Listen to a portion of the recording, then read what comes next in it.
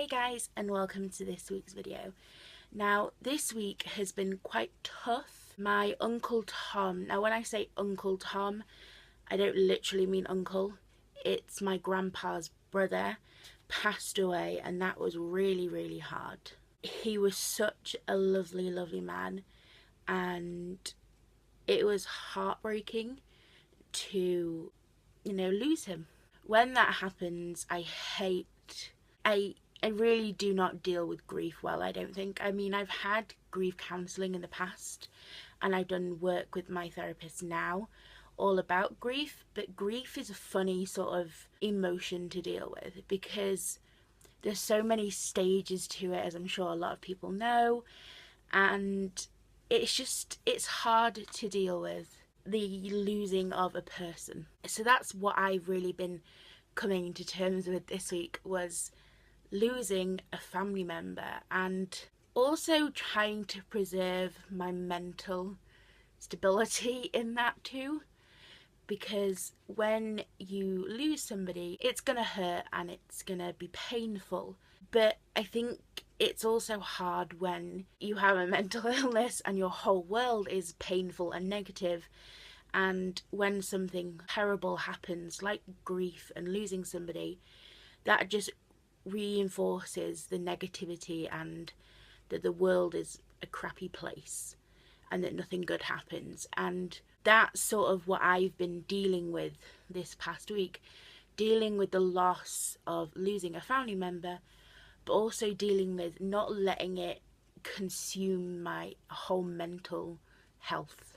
It's hard. I think grief is really, really hard. I always probably will struggle with grief. I have always had problems with abandonment things, I suppose, ever since I was little, but grief I've always struggled with. No matter how many times I talk about it or anything, I think grief is always going to be a sore thing for me. I don't do well with losing people. I was understandably very upset, but it's hard to then feel like, okay, you've got to get on with the world continues. The world doesn't stop. The world doesn't stop turning. Everything doesn't stop just because you lose somebody. It doesn't stop for your sadness.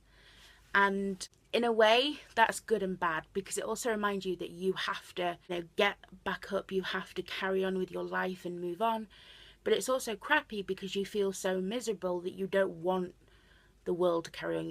You want to remain in the misery. So it was sort of a double-edged sword this past week. How I dealt with it and how I'm dealing with it is I basically use the techniques that I've learned from my therapist when I was talking about my grandpa's death, and I'm using them now in this situation, which is what it's for really. You talk about, you learn and go through all this pain and pick up tactics and little things so you can use them in future when things happen again. And unfortunately, death is a big part of life, so you're gonna have to use them a lot. I think what helped me was that he wasn't suffering anymore. He was at peace now, and he lived a lovely and such a good life, and he was a lovely man. And it also helped me remember that there's still good things in the world. Good things still happen in life along with the bad, and you can't take the good without the bad. So that's sort of what I've dealt with this week, was learning how to deal with the loss of somebody but not let it take complete control over my mental health and let it control and sort of push me into a deep pit. One thing I have learned with therapists is time makes the difference, and I hate the saying that in time it will get better in time, because time is just annoying, but in time it does.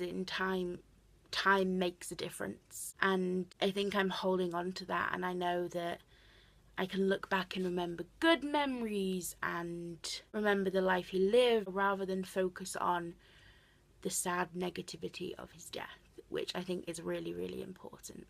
So thank you very much for watching.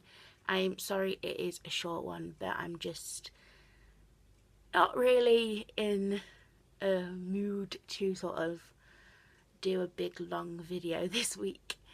So thank you all for understanding, and I will see you next week. Bye guys.